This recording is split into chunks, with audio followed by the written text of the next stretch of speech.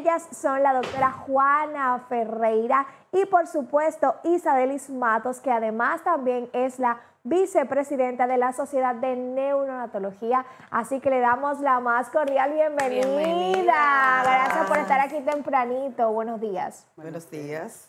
Así es, gracias por estar. La invitación. Gracias por estar aquí compartiendo con nosotros. Pero ayer fue el día del bebé prematuro y queremos iniciar con eso. ¿Qué es la prematuridad?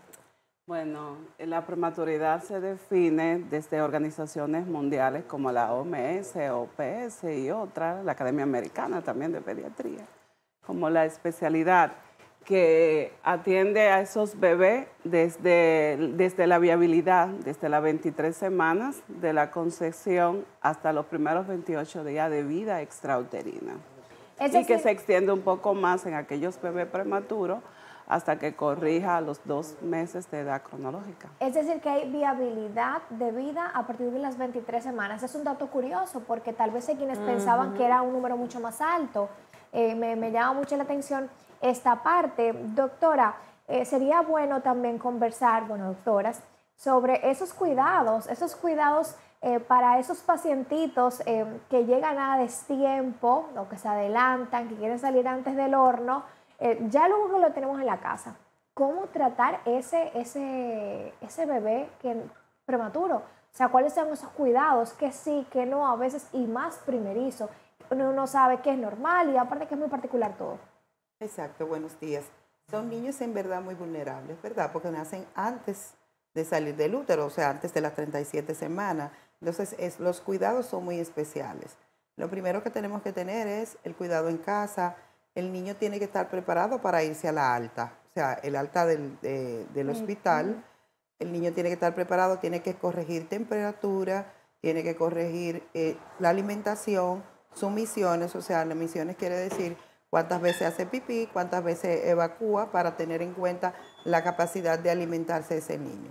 Ese niño tiene que alimentarse solo a capacidad gástrica, a su capacidad gástrica, y los cuidados en la casa tiene que estar, una casa ya tiene que estar limpia, tienen que restringir las visitas, que es muy importante, porque en nuestro país tenemos una cuestión que de que llega un bebé queremos ir a visitarlo, no es posible. Gracias. O sea, tiene que estar un grupo adecuado para cuidar el bebé. La mamá tiene que tener todo higiénico, tiene que tener todo preparado en la casa con luces que tengan calor, poco control de aire, o sea, no puede tener un aire como lo tenemos ahora. Somos un país tropical, mucho calor, pero el aire debe estar lo más bajito posible, debe de estar todo higiénico. Y las medidas que todos tienen que estar preparados en la casa no pueden tener ningún proceso viral, nadie que esté atendiendo a un niño prematuro porque son muy vulnerables y se pueden contaminar fácilmente. Me voy a tomar el atrevimiento, Andreina, de tocar ese tema, independientemente de que sea prematuro o no. ¿Cuál entiende usted como especialista en la materia que debería ser el tiempo prudente antes de que las visitas lleguen a casa? Porque llega un nuevo bebé, un nuevo integrante, la familia se emociona, todos quieren ir a conocerlo, cargarlo, besarlo, que sí, que no. ¿Y a partir de qué día después de haber nacido médicamente es recomendable tener una visita? ¿Y cuáles medidas aún deberían de tener para poder visitarlo? Lo más importante de esto, las visitas de los niños, vamos a ponerlo a término, debe de ser una visita corta de 10 minutos, no más de 10 minutos. Atención, 10 minutos, vamos a sacar ese corte. Es una visita corta, no más de 10 minutos, debe tener su mascarilla puesta, una persona que esté sumamente sana. Si la persona no está sana, no. Pero lo ideal de ver un bebé sería a partir de los 2 meses. Pero en ese mismo orden, doctora, si es a término, es 10 minutos, entonces, ¿cómo se da el caso del niño prematuro? El niño prematuro, lamentablemente, no puede tener visita. No puede recibir visita. Solamente su entorno familiar, llámese madre, padre, si hay una enfermera que va a cuidar el bebé, o alguno de los abuelos. Y los hermanitos, doctora, ¿por qué esos hermanitos están tan emocionados? Bueno, los hermanitos, es lógico, tienen que verlo. Sí, es lógico, pero tienen que verlo. Y es muy difícil controlar el hermanito. Y claro, es muy difícil. Llegan con una gripe, Andreina, que bueno. No, pero es con medida porque es un bebé que no está a término y está más delicado aún. Pero doctora, recientemente vimos un post de una muy conocida artista de aquí de los medios de comunicación, que yo la vi a ella muy bien durante todo su embarazo, pero al final no se sabe qué realmente pasó y vimos que el niño nació prematuro y lo tenía en una incubadora y todo eso. Entonces, si uno lo va a decir, doctora, ¿cuáles son los factores de riesgo por el cual el niño puede venir a destiempo? Bueno, Puede llegar a destiempo. Sí. Los factores de riesgo son múltiples, ¿verdad? Empezamos con uno de lo más sencillo, que puede ser infección materna, ¿verdad? Son desencadenantes, pueden ser del niño o de la madre. En la madre lo más frecuente son las infecciones maternas, ¿verdad? Pero también puede haber alcoholismo, puede haber droga, ¿verdad? Más que todo. En los niños pueden venir también con problemas, por ejemplo, cardíacos, problemas renales, y eso puede desencadenar algún parto prematuro. Hemos visto una alta tasa también de preeclampsia en Preeclampsia República también, sí. Dominicana. O sea, ¿por qué razón una fémina, una madre en gestación que nunca tuvo ninguna afección cardíaca, de repente empieza a tener estos altos, estos picos de presión? ¿A qué se debería, doctora? Realmente se habla ya desde la epigenética. Y eso es desde un término más llano para que el público pueda... Eso viene desde lo que es la genética propia de cada quien en su genoma, que usted trae ya como predicción factores de riesgo a enfermedades crónicamente no transmisibles, como es la hipertensión crónica, que puede ser silente en una madre, que inicialmente está antes del embarazo, aparentemente no tenga signos ni síntomas de hipertensión arterial, pero que silentemente sí, ya es una paciente que se pueda clasificar como hipertensa crónica o hipertensión arterial, que se hace crónica en el tiempo, y que si se le suma un embarazo, y más si se van sumando, porque son sumatorias de factores. Si tenemos una paciente ya con hipertensión crónica, con malos controles prenatales, estos son factores que se van sumando, como anteriormente dije, y hay lo que le llaman predicción de cálculo de probabilidad de morbilidad, de que estos bebés nazcan antes de tiempo, lo que se conocen como prematuros, ya sean los extremos, que nacen por debajo de las 28 semanas, porque hay varias poblaciones de prematuros. ¿Cuáles serían ellos se pueden caracterizar en prematuros extremos, los que nacen por debajo de las 28 semanas, están los muy prematuros, el grupo entre las 32 semanas, están los prematuros moderados entre las 34 o 36 semanas, y hay una nueva clasificación también que se incluye incluso al 37 semanas dentro de los prematuros tardíos o a términos tempranos. Pero yo tenía entendido, doctora, que se podía después de las 37 semanas y que todo estaba en orden. Ya las nuevas guías y el Colegio Americano de Obstetricia y la Academia Americana han establecido que el de 37 semanas puede hacer complicaciones igual que un 34 o un 36 semanas, y por eso a partir de ahora se recomiendan las cesáreas programadas a las 39 semanas, sí, porque hay una proporción de estos bebés que me pueden hacer trastornos respiratorios, como el síndrome de distrés respiratorio u otras complicaciones. Entonces, son cálculos de predicción, tanto para que vengan enfermos, prematuridad, con todas las complicaciones tempranas o tardías que puedan presentar estos bebés, y también cálculo de mortalidad, porque se habla de mortalidad neonatal también. Qué interesante, doctora, pero yo he escuchado que dentro de esos rangos de prematuridad que nacen los niños, dicen que el más peligroso, corrobóreme usted, es el que es a partir como de las 37, 38 semanas y no antes. Porque si ya es un embarazo casi dentro de lo que cabe completado. ¿Sabe cómo se le llama eso, Andreina? Me voy a atrever a agregar. En términos dominicanos, dicen por ahí que los 7 mesinos, que los 7 mesinos, que es mejor que nazca 7 mesinos a que nazca al 8º mes. ¿Por qué es eso? Porque no tiene lógica. Se supone que a mayor tiempo que tenga de nacido, mayor probabilidad de realmente salud. Corríjanos a ver si es así. No, realmente eso se ha dicho, es un refrán, pero medicina basada en evidencia, y se hace hasta cálculo matemático, y se dice que es inversamente proporcional. Yo tengo a menor edad gestacional, mayor es el riesgo de mortalidad y morbilidad en estos pacientes. Y hay lo que le llaman métodos de cálculo de predicciones, que utilizan métodos de regresión logística y otras pruebas para poder hacer cálculo de predicción de mortalidad. Se habla que en países desarrollados, ejemplo Estados Unidos,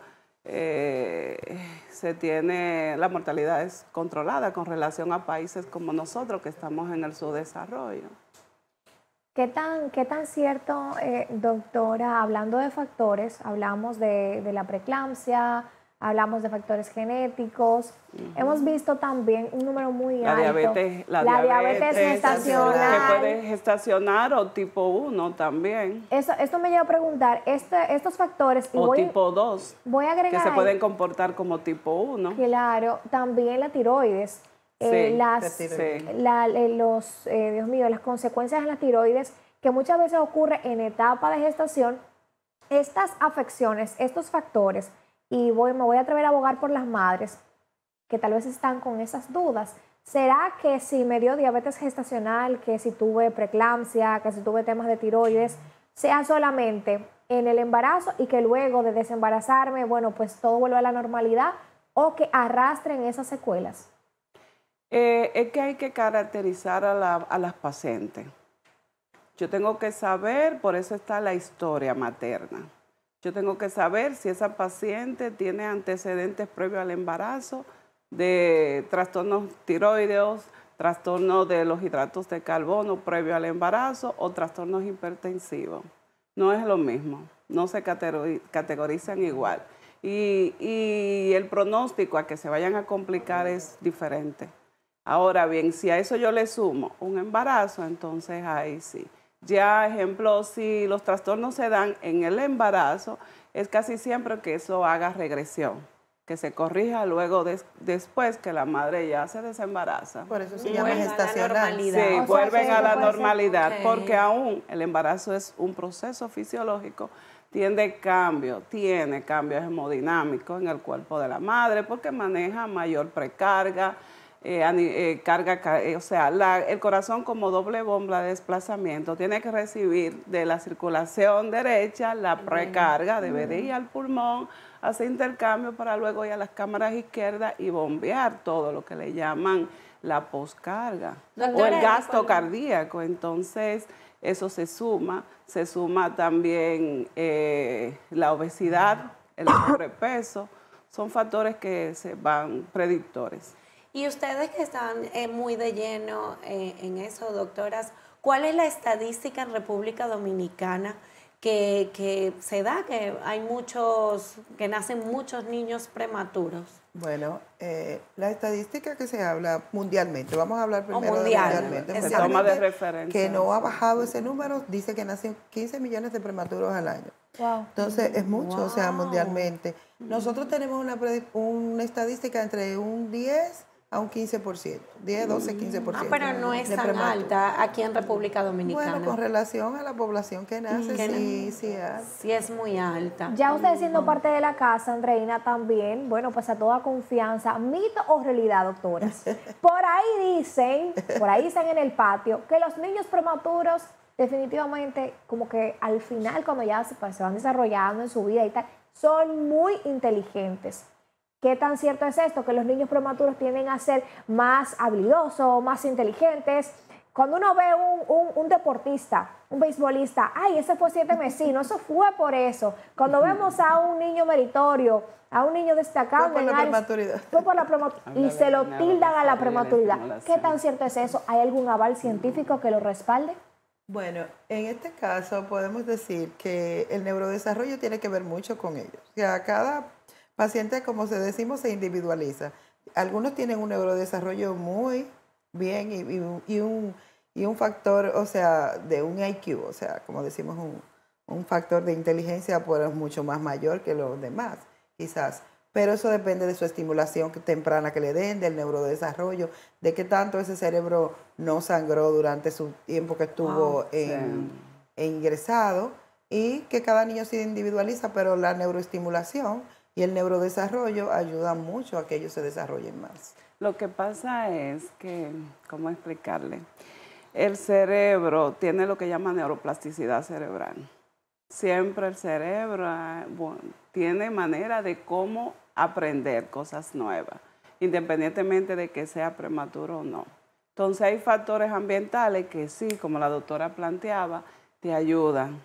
que ayudan al neurodesarrollo a nivel cerebral, a mantener, a cuidar ese cerebro. Y también está la genética, que eso es algo. Y en ese mismo orden dicen, doctora, que los niños que nacen también así antes de tiempo, que no duran y que hay unos que a cierta edad después y que mueren. Eso es cierto. Sí, o sea, sí. como que no tienen tantos años de vida. No. La adultez, no tiene nada que ver. Salvo que haya tal vez eso es un alguna mito. afección, al menos me Eso es imagino un que hay mito, pero alguna no, eso no afección tiene por nada que ahí. ver. No. Porque han dicho que los bebés que nacen así a poco tiempo o que nacen con problemas, como que al desarrollarse, la adultez mueren más rápido. al desarrollarse. No hay ninguna relación, o sea. No hay una relación directa, así que diga, es prematuro, este bebé va a tener en la vida adulta una vida adulta corta. Eso no es así. Ahora bien, hay una población de estos pacientes, mientras más prematuro sea, con riesgo a presentar alteraciones a largo plazo, como la parálisis cerebral infantil. Sí. Entonces, esos son bebés que tienen afectación del desarrollo cerebral. Entonces, son bebés con más limitaciones, que de verdad van a tener una vida adulta más limitada.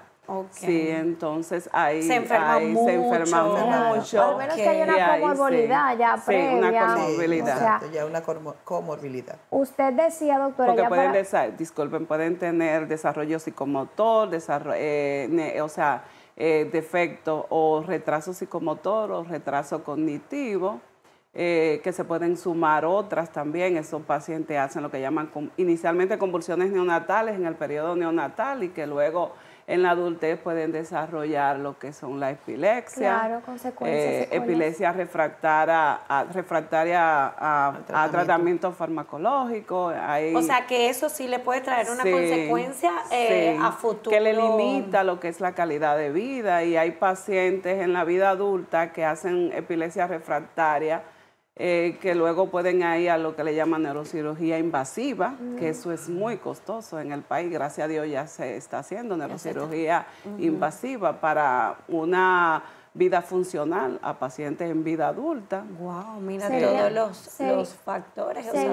Sería bueno, Andreina, volver a resaltar, se hablaba sobre las visitas en los recién nacidos y en los niños prematuros. Usted decía, bueno, a los niños prematuros se le recomienda no visitar. ¿A partir de qué momento, de qué etapa en su vida ya, bueno, pues puede volver a la hay luz verde para que ese familiar pueda acercarse, conocer a ese bebé? Correcto. Bueno, cuando un niño es prematuro, nosotros decimos que nace a las 40 semanas, o sea, vamos contando la edad cronológica. Entonces, ya a término sería ya cuando tiene 40 semanas, lo que contamos desde su nacimiento, ¿verdad? Cuando la completa. Pero ya cuando el niño tiene un peso adecuado. ¿Y el estándar es de cuánto, por ejemplo? Eso va creciendo, ese peso lo va diciendo él mismo paulatinamente. Se supone que el niño debe de subir 20 gramos por día. Entonces, según su peso, y debe de ser de 1 a 2 libras por mes. Entonces, ya cuando el niño tiene un peso, una talla adecuada y ya se coloca en un niño a término, o sea, un niño que ya se dice ya es normal, ya nació, como decimos nosotros en un programa que se llama Mamá Canguro, que es lo que siguen los prematuros en el país. Pues entonces ya el niño puede tener visita.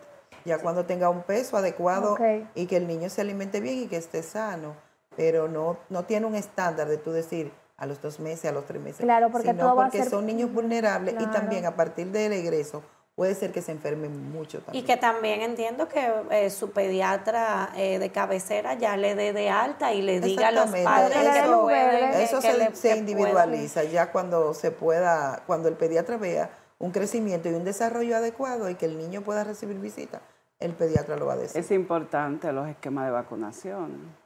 Eso le iba a decir que ya nos tenemos que ir porque el tiempo es corto en pantalla, doctora. Recomendaciones para todas esas madres que tienen un embarazo para que el bebé no le venga a destiempo, o las que quieren planificar un embarazo, todas esas recomendaciones para que el niño complete su tiempo en esa barriga. Lo más importante de las madres es cuidarse. Yo pienso que una dieta saludable, un buen control prenatal es lo más importante. Si la madre tiene buen control prenatal y siempre a su cita, cada vez que su obstetra le diga, pues eso es lo más importante. Ahí vamos a detectar cada problema que la madre tenga, cada enfermedad, cada patología, y se tratará adecuadamente. Pero una madre que no come saludable y que no lleva control prenatal, lleva sus vacunas a tiempo, no va a tener un embarazo saludable. Mira. Doctoras, ¿cómo pudieran contactarlas para cualquier tipo de consulta? ¿Dónde están redes sociales, números telefónicos? ¿Dónde están laborando? Nosotras laboramos públicamente en la maternidad Nuestra Señora de la Altagracia, ambas. El intensivo. Y maternidad, y el materno infantil de Marcelino Vélez Santana. Ambas somos intensivistas neonatales. La doctora pertenece al grupo Grumec de San Cristóbal. Grupo médico. Ajá, y yo pertenezco al Centro Médico Monumental. ¿En redes sociales hay alguna cuenta donde puedan seguirlas? Sí, exacto. Doctora Juana Ferreira, @hotmail.com. Bueno, por aquí.